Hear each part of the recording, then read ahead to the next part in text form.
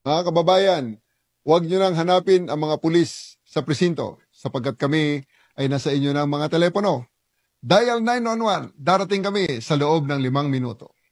Lilingkod sa bawat Pilipino at magbibigay ng tamang impormasyon para sa tahimik at maayos na Pilipinas. Police News Network, alagad ng batas, tagapagtaguyod ng balitang pulis, sandigan ng mamamayan, patnubay ng katotohanan.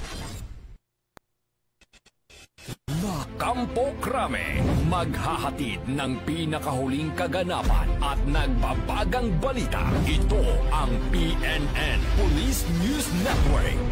At ngayon, ang inyong mga tagapagbalita.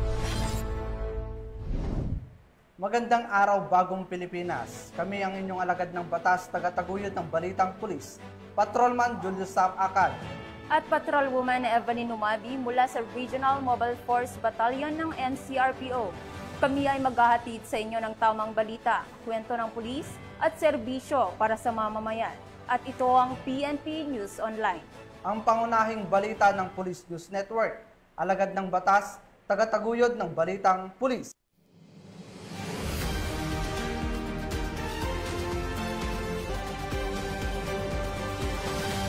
Narito ang mga balitang dapat niyong abangan.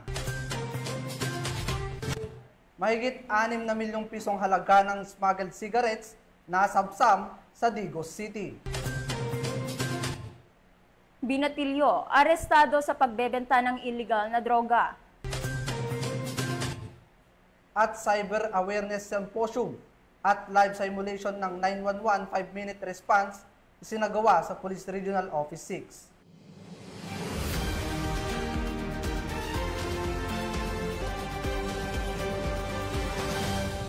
Narito ang mabalitang hatid ng ating PNN correspondents mula sa iba't ibang panig ng bansa.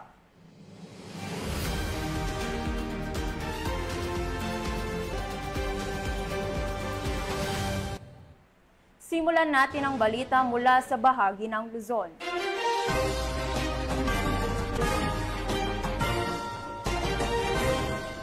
Walang sinayang na oras ang mga operatiba ng Bacon Municipal Police Station nang matuklasan at agad na bunutin ang mga fully grown marijuana plants na tinatayang nagkakahalaga ng 250,000 pesos sa isang operasyon sa kanilang nasasakupan.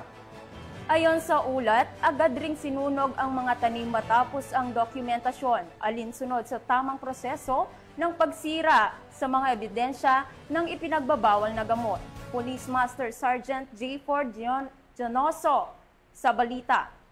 Tinatayang 250,000 halaga ng fully grown marijuana plants ang nadiskubre ng Bacon PNP sa Cayapa, Bacon, Benguet nito lamang Hulyo taong kasalukuyan. Ayon kay Police Colonel Joseph Bayongasan, Provincial Director ng Benguet Police Provincial Office, ang matagumpay na operasyon ay dahil sa pinagsanib na puwersa sa pangunguna ng Bacon Municipal Police Station, Provincial Drug Enforcement Unit, Benguet Police Provincial Office, Regional Intelligence Division, Police Regional Office Cordillera, Regional Intelligence Unit 14, at Philippine Drug Enforcement Agency CAR. Nagresulta ang operasyon sa pagkadiskubre ng isang plantasyon na may kabuuang lawak na humigit kumulang 250 square meters na may tanim na 1,250 fully grown marijuana plants na may standard drug price na 250,000 pesos. Bagamat walang nahuling cultivator, ang nasabing marijuana plants ay binunot at sinunog ng mga operatiba at ang sapat na sample ay dinala sa Regional Forensic Unit CAR para sa qualitative test. Ang matagumpay na operasyong ito ay patunay lamang ng pambansang pulisya ay nakikiisa sa programa ng ating pamahalaan upang maging ligtas at illegal drug-free ang ating bansa. Mula dito sa Police Regional Office Cordillera, ako ang inyong PNN correspondent, Police Master Sergeant Gifford Junicio, alagad ng batas, tagataguyod ng balitang pulis. Maraming salamat, Master Sergeant Junicio. Naaresto ng mga operatiba ng Bilanonan Police Station ang isang lalaki na kabilang sa top 6 most wanted person sa lalawigan ng Pangasinan sa bisa ng warrant of arrest para sa kasong statutory rape. Nakibalita dyan si Police Corporal Joanna Marie de los Santos. Arestado ang isang lalaking nakabilang sa top 6 most wanted person sa lalawigan ng Pangasinan sa ikinasang manhunt operation ng Binalonan Police Station, katuwang ang iba't ibang unit ng Philippine National Police, dakong alas 12 ng tanghali nito lamang Miyerkules sa Barangay Poblacion, Binalonan, Pangasinan. Kinilala ni Police Major Zainon A. Piking, Chief of Police ng nasabing istasyon ang suspect sa pangalang Joseph, 24 anyos, isang solar installer, Tubong Season, Pangasinan at kasalukuyang naninirahan sa Binalonan. Siya ay naaresto sa bisa ng warrant of arrest para sa kasong statutory rape na inisyu ni Honorable Edwin Bautista Maynigo ng Family Court Branch 16, Urdaneta City, Pangasinan na walang inirekomendang piyansa. Ang suspect ay kabilang din sa listahan ng top 3 most wanted person sa munisipalidad ng bayan ng Binalonan. Agad naman siyang isinailalim sa physical at medical examination bago tuluyang dalhin sa kustudiya ng pulisya para sa tamang disposisyon. Ang matagumpay na operasyon na ito ay patunay ng dedikasyon ng kapulisan sa paghahatid ng hustisya at pagsasakatuparan ng mga batas. Sa ilalim ng kanilang masigasig na kampanya, titiyakin ng PNP na ang mga kriminal ay mapapanagot at ang kapayapaan sa bawat komunidad ay mapangangalagaan. Mula dito sa Ilocos Region, ako ang iyong PNN Correspondent, Police Corporal Joanna Marie N. de los Santos, alagad ng batas, tagataguyod ng Balitang Pulis. Maraming salamat, Police Corporal de los Santos. Sa halip na nasa paaralan, sa kulungan ng kinahantungan ng isang 19 anyos na binatilyo matapos mahuli ng mga tauhan ng Santiago City Police Station at ng Philippine Drug Enforcement Agency sa pagbebenta ng ilegal na droga sa Cordon Isabela. Magbabalita dyan si Patrolwoman Lainey Lorenzo. Walang kawala sa mga otoridad ng Presinto 4 ng Santiago City Police Office ang isang 19 anyos na binata matapos mahuling nagbebenta ng droga sa Purok sa East Bypass Road, Barangay Sinsayon, Santiago City, pasado alas 3 ng hapon noong ika-16 ng Hulyo taong kasalukuyan. Ang suspect ay tinago sa pangalang JD, isang out-of-school youth, laborer at residente ng Purok 7, Barangay Turod Sur, Cordon Isabela. Nanguna sa operasyon ang Santiago City Police Office Station 4, katuwang ang PIDEA Quirino Provincial Office na may koordinasyon sa PIDEA Region 2 na nagbunga ng pagkakadakip sa binata. Nabili sa suspect ang isang medium-sized transparent plastic sachet ng hinihinalang shabu na may bigat ng kalahating gramo at tinatayang nagkakahalaga ng 3,400 pesos. Nasamsam din mula sa kanya ang marked money na 3,500 pesos, isang Android phone at ang motorsiklong gamit nito. Sasampahan siya sa kasong paglabag ng Republic Act 9165 o ang Comprehensive Dangerous Drugs Act of 2002 at kasalukuyang nasa kustudiya ng Santiago City Police Station 4. Patuloy ang maigting na kampanya ng pambansang pulisya laban sa iligal na droga bilang bahagi ng pagsuporta sa layunin ng bagong Pilipinas, isang lipunang ligtas, disiplinado at maunlad na bayan. Mula dito sa Lambak ng Cagayan, ako ang inyong PNN Correspondent, Patrolwoman Lainey Lorenzo, alagad ng batas, tagataguyod ng Balitang Pulis. Maraming salamat, Patrolwoman Lorenzo. Kalaboso ang inabot ng 2 drug suspect matapos mahulian ng mahigit kalahating milyong pisong halaga ng hininalang shabu sa ikinasang bypass operation ng Abukay Municipal Police Station sa Barangay Wawa, Abukay, Bataan. Patrolwoman Janice Bulahaw sa report. Arestado ang 2 suspect sa ikinasang bypass operation ng mga operatiba ng Abukay Municipal Police Station sa Barangay Wawa, Abukay, Bataan. Ang operasyon ay pinangunahan ng mga tauhan ng Abukay Municipal Police Station sa ilalim ng pamumuno ni Police Major John Ray A. Kutab, Officer in Charge katuwang ang Philippine Drug Enforcement Agency. Kinilala ang 2 lalaking suspect na sina alias Mark, 37 anyos, at residente ng Barangay Wawa, Abukay, Bataan, at si alias Jose, 64 anyos, residente ng Barangay Kaparangan, Orani, Bataan. Nakumpiska mula sa mga suspect ang 11 piraso ng heat-sealed transparent plastic sachets na naglalaman ng hinihinalang shabu na may tinatayang kabuuang bigat na 79.99 gramo at may standard drug price na 543,932 pesos. Ang mga suspect at mga nakumpiskang ebidensya ay nasa kustodiya na ng Abukay MPS para sa kaukulang dokumentasyon at pagsasampa ng kasong paglabag sa Section 5 at 11 ng Article 2 ng Republic Act 9165 o ang Comprehensive Dangerous Drugs Act of 2002. Patuloy ang maigting na kampanya ng Bataan Police Provincial Office sa ilalim ng pamumuno ni Police Colonel Marites A. Salvadora laban sa ilegal na droga. Alinsunod sa direktiba ng PNP Chief Police General Nicolas D. Torre III at ni Police Brigadier General Ponce Rogelio I. Peñones Jr., Regional Director ng Pro-3, upang mapanatili ang kaayusan at kapayapaan sa buong lalawigan ng Bataan. Mula dito sa gitnang Luzon, ako ang inyong PNN correspondent, Patrolwoman Janice Bulahaw, alagad ng batas, tagataguyod ng Balitang Pulis. Maraming salamat, Patrolwoman Bulahaw. Nasa kote ng mga otoridad ang isang high-value individual sa Naga City, Camarines Sur, sa ikinasang buy-bust operation na nagresulta sa pagkakakumpiska ng mahigit 500,000 pisong halaga ng hinihinalang shabu. Police Staff Sergeant Irene Hani Tria Abad, ibalita mo. Tagumpay na naaresto ng Police Regional Office 5 ang isang high-value individual sa isinagawang buy-bust operation sa Naga City, Camarines Sur nito lamang 16 ng Hulyo taong kasalukuyan.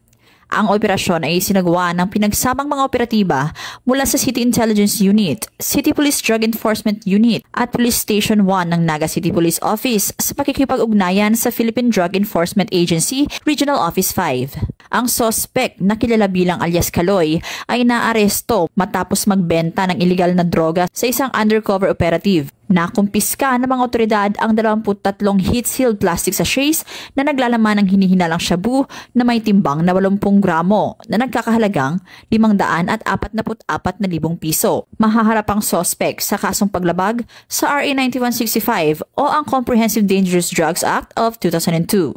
Pinuri naman ng bagong talagang Pro-5 Director na si Police Brigadier General Nestor C. Babagay Jr. ang operasyon kung saan ito ay sumasalamin sa walang humpay na pagsisikap ng kasurug cops na sugpuin ang iligal na droga sa naturang rehiyon. Mula dito sa Bicol Region, ako ang inyong PNN correspondent, Staff Sergeant Irene Hani Tria Abad, alagad ng batas, tagataguyod ng Balitang Pulis.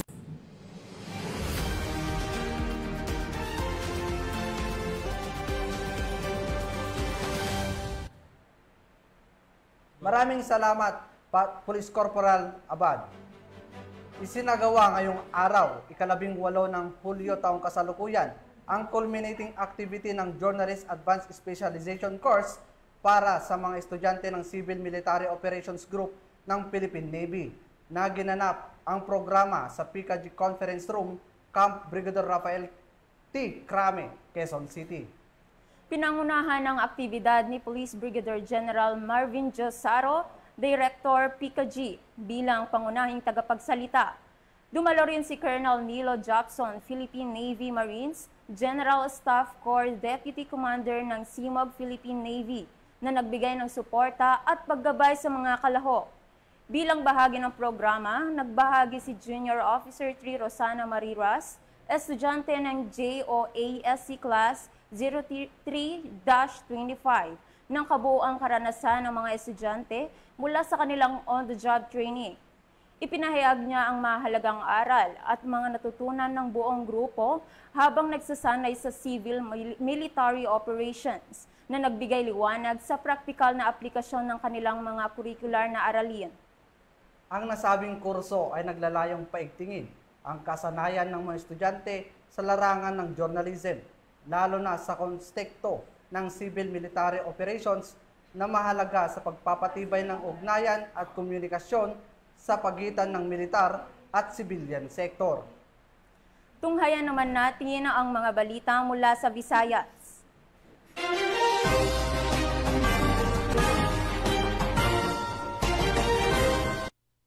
nagsagawa ang Police Regional Office 6 ng isang cyber awareness symposium na sinabayan ng isang live simulation exercise para sa PNP 911 5-minute response program bilang bahagi ng pinaigting na kampanya ng pulisya laban sa cybercrime at para sa mas mabilis na emergency response.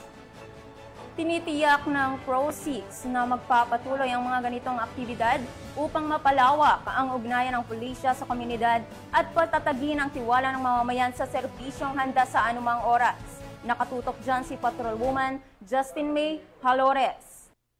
Bilang bahagi ng pagdiriwang ng 30th Police Community Relations Month, pinangunahan ni Police Brigadier General Josefino D. Ligan, Regional Director ng Police Regional Office 6, ang isang school symposium on cyber awareness and anti-bullying sa Halandone Memorial National High School, Lapos, Iloilo. Nito lamang 17 ng Hulyo taong kasalukuyan. Layunin ng aktibidad na turuan ang mga mag-aaral at guro tungkol sa responsable at ligtas na paggamit ng internet upang maiwasan ang cybercrimes at bullying online. Sa talakayan, ipinaliwanag ni Police Brigadier General Ligan ang mga panganib ng hindi tamang paggamit ng social media, pati na rin ang mga consequences ng cyberbullying. Isa sa mga highlight ng event ay ang live simulation exercise na nagpakita ng 5-minute police response capability ng Pro-6. Sa pamamagitan nito, personal na nasaksihan ng mga mag-aaral, guro at staff ng school kung gaano kabilis, organisado at epektibo ang aksyon ng kapulisan tuwing may emergency situation. Ang demonstrasyon ay patunay ng commitment ng PNP sa pagpapanatili ng seguridad lalo na sa mga paaralan. Bukod sa symposium at simulation, nagkaroon din ng posting of informations at pamimigay ng 911 calling cards at bookmark sa mga participants. Ito ay bahagi ng information drive ng Pro-6 upang mas maging accessible ang kanilang serbisyo at maiparating ang tamang impormasyon sa publiko. Sa pamamagitan ng ganitong aktibidad, ipinakita ng Pambansang Pulisya ng Pilipinas ang kanilang dedikasyon sa modern, professional at community-based policing. Dahil sa bagong Pilipinas, ang gusto ng pulis, ligtas ka. Mula rito sa Police Regional Office 6, ako ang inyong PNN Correspondent Patrolwoman Justin May Halores, alagad ng batas, tagataguyod ng Balitang Pulis. Maraming salamat Patrolwoman Halores. Bilang bahagi ng pakikiisa sa ika-30 Police Community Relations Month, nagsagawa ng libreng gupit ang Bayawan City Police Station para sa mga residente ng lungsod upang iparamdam sa publiko ang malasakit ng kapulisan hindi lamang sa larangan ng seguridad, kundi pati na rin sa pangangailangan ng komunidad. Yan ang balitang hatid ni Patrolwoman Flora May Asares. Naghandog ng libreng gupit ang mga tauhan ng Bayawan City Police Station katuwang ang Recon Amber NIR 18 o Advocacy Support Group na ginanap sa mismong harap ng Bayawan CPS, Barangay Ubos, Bayawan City. Ito lamang 14 ng Hulyo ng taong kasalukuyan. Ang naturong aktibidad ay ginanap bilang pagunita sa 38 Police Community Relations PCR Month. Ang libreng gupit ay pinaaabot sa mga kapulisan ng Bayawan at kanilang mga kapamilya at pati na rin sa mga residente ng naturang lugar. Ito ay nagsusulong ng wastong pag-aayos habang pinalalakas ng ugnayan sa pagitan ng pulisya at komunidad. Layunin ng programa na makipag-ugnayan sa komunidad sa pamamagitan ng pagbabahagi ng mga impormasyon sa pag-iwas sa krimen, pagpapaalala sa kaligtasan at pagpapatupad ng 911 Emergency Hotline. Ito rin ay naghihikayat sa aktibong pakikilahok sa pagpapanatili ng kapayapaan at kaayusan sa loob ng lokalidad. Na ito ay kinabibilangan ng ating mga PNP personnel, kanilang mga mahal sa buhay, kabilang din ang mga tricycle drivers, traffic enforcers at ilang pang mga residente ng ating komunidad. Sa temang, sa bagong Pilipinas, ang gusto ng pulis, ligtas ka, ay paalala sa ating lahat na ang kaligtasan at kapakanan ng bawat mamamayan ang pangunahing layunin ng inyong kapulisan dito sa Bayawan City. Mula dito sa Central Visayas, ako ang inyong PNN Correspondent, Patrolwoman Flora May Asares, alagad ng batas, tagataguyod ng Balitang Pulis. Maraming salamat Patrolwoman Asares. Narito naman ang mga balita mula sa bahagi ng Mindanao.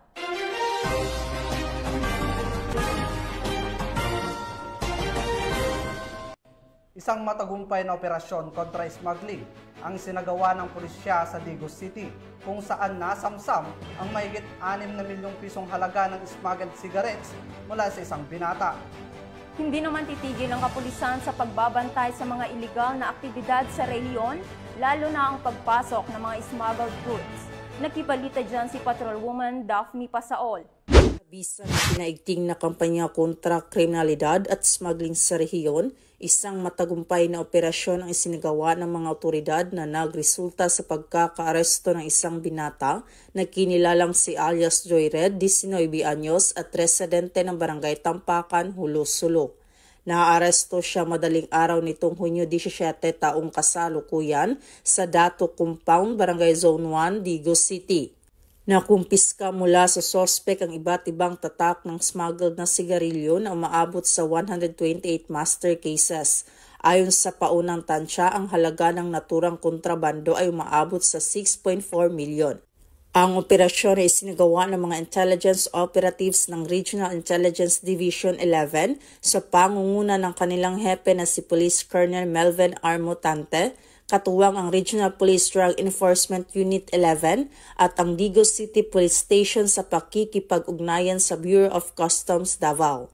Pansamantalang nakakulong ngayon ang sospek habang inihahanda ang kasong paglabag sa Republic Act 10863 o Custom Modernization and Tariff Act at Republic Act 10643, isang batas na naglalayong magtaguyod ng kamalayang pangkalusugan sa pamamagitan ng graphic health warnings.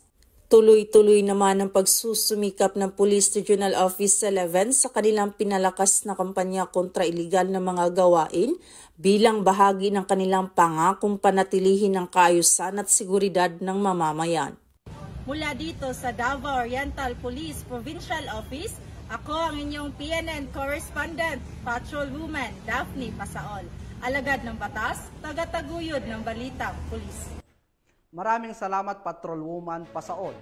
Bumagsak sa kamay ng mga otoridad ang isang lalaki na target sa search warrant operation sa Cotabato matapos makumpiskahan ng hininarang shabu sa mismong tahanan nito. Naritong report mula kay Patrolwoman Jovelyn Dodoso. Ng mga operatiba ng Tulunan Municipal Police Station ang tinatayang 2.5 gramo ng hinihinalang shabu sa isinagawang operasyon sa Barangay Poblasyon Tulunan, Cotabato. Ang operasyon ay isinagawa sa bisa ng search warrant na nagresulta sa pagkakaaresto ng suspect na si alias Cardo na nasa listahan ng street level individual, legal ang edad at residente rin ng naturang lugar. Sa aktual na operasyon, nakumpiska mula sa pag-iingat ng suspect ang 7 heat-sealed transparent plastic sachet na naglalaman ng pinaniniwala ang shabu. Tinatayang may bigat itong 2.5 gramo at may kabuang standard drug price na 17,000. Agad namang ipinaalam sa suspect ang kanyang mga karapatang konstitusyonal gamit ang wikang kanyang nauunawaan alinsunod sa Miranda Doctrine at Anti-Torture Law. Nahaharap ang suspect sa kasong paglabag sa RA 9165 o Comprehensive Dangerous Drugs Act of 2002. Muling pinatutunayan ng matagumpay na operasyon ang walang tigil na kampanya ng PNP laban sa illegal na droga. Hinihikayat ang publiko na makipagtulungan sa mga otoridad upang tuluyang masugpo ang salot na ito sa lipunan. Mula dito sa General Santos City, ako ang inyong Police News Network Correspondent, Patrolwoman Jovelyn Dodoso, alagad ng batas, tagataguyod ng balitang pulis. Maraming salamat Patrolwoman Dodoso. Dahil sa pagpapatuloy na operasyon ng pulisya kontra iligal na droga, 3 individual ang naaresto sa ikinasang bypass operation ng pulisya sa Ozami City. Tinutukan niya ni Patrolwoman Riza Sahonia. Tiklo ang 3 drug suspects sa ikinasang drug buy-bust operation ng mga operatiba ng Ozami City PNP sa Barangay Maningkol, Ozami City, Misamis Occidental nito lamang ika-17 ng Hulyo taong kasalukuyan. Kinilala ni Police Lieutenant Colonel Harvey Abellanosa, officer in charge ng Ozami City Police Station ng mga drug suspect na sina alias Ipoy, 37 taong gulang, alias Michael, 29 na taong gulang at alias Adam, 22 taong gulang, mga lalaki at mga residente ng nasabing lugar.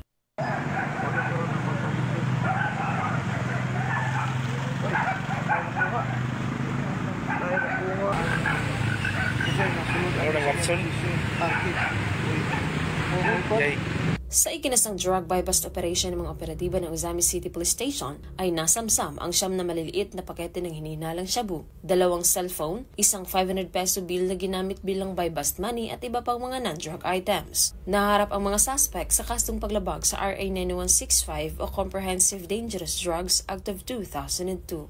Mula dito sa Northern Mindanao, ako ang inyong Police News Network Correspondent, Patrol Woman Risa Sahonia, alagad ng batas, tagataguyod ng balitang pulis. Maraming salamat Patrolwoman Sahonia. Upang ipadama ang malasakit ng kapulisan sa kabataan at mamamayan, isinagawa ng mga tauhan ng Police Regional Office BAR ang isang outreach program at school visitation sa isang paaralan sa Maguindanao del Norte. Alamin ang naging kaganapan mula kay Patrolwoman Leonora Gawang. Tagumpay na outreach program at school visitation ang isinagawa ng mga personahe ng Police Regional Office BAR sa mga mag-aaral ng Puntor Primary School bilang pagdiriwang sa buwan ng Police Community Relations sa barangay na Balawag, Barira, Maguindanao del Norte nito lamang 17 ng Hulyo taong kasalukuyan. Ang naturang aktibidad ay naging inisyatiba ni ProBAR Regional Director Police Brigadier General Jason C. Guzman na kinatawanan ng mga tauhan ng Regional Community Affairs and Development Division sa pangunguna ni Police Colonel Armando F. Muena, Chief Arcad, katuwang ang Philippine Marines, Local Government Unit at barangay officials ng naturang lugar. Naghatid ng saya at suporta sa mga batang mag-aaral ang aktibidad sa pamamagitan ng pamamahagi ng mga school supplies, tsinelas, libreng pagkain at iba pa. Ipinapakita ng nasabing outreach program ang patuloy na pagsisikap ng mga kapulisan, katuwang ang iba pang ahensya ng pamahalaan na magbigay ng tunay na serbisyo sa pamamagitan ng pagpapakita ng malasakit at pagtutulungan tungo sa kapayapaan at kaunlaran.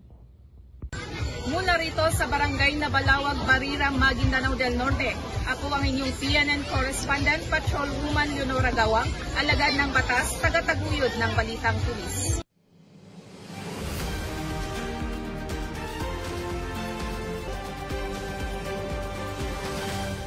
At yan ang mga balitang nakalap ng ating PNN correspondents mula Luzon, Visayas at Mindanao.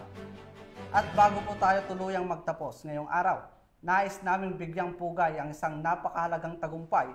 Congratulations sa Regional Mobile Force Battalion ng NCRPO sa kanilang pagkakapanalo bilang kampyon sa katatapos lamang na Civil Disturbance Management Competition 2025 na dinaluhan din ng ating Chief PNP, Police General Nicolas Torre III, na ginanap kahapon sa Camp Bagong Diwa, Taguig City.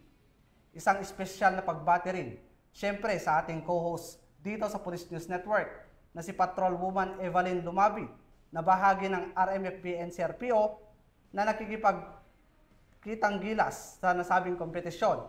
Congratulations po, ma'am.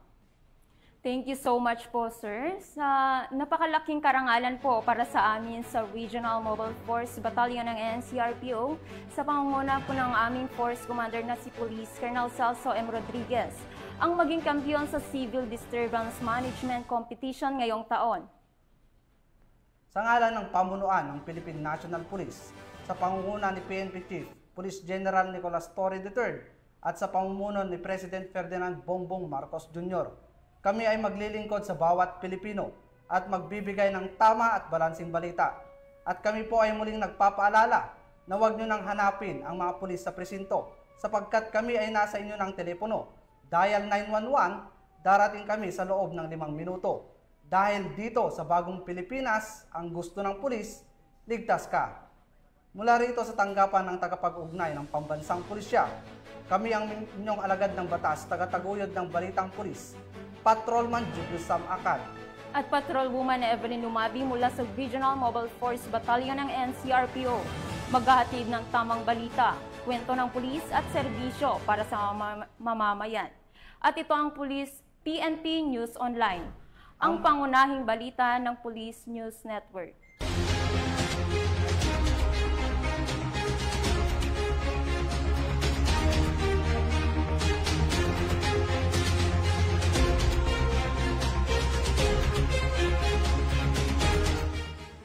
Police News Network, alagad ng batas, tagapagtaguyod ng balitang pulis.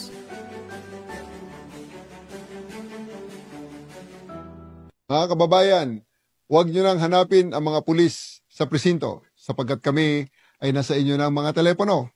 Dial 911, darating kami sa loob ng 5 minuto.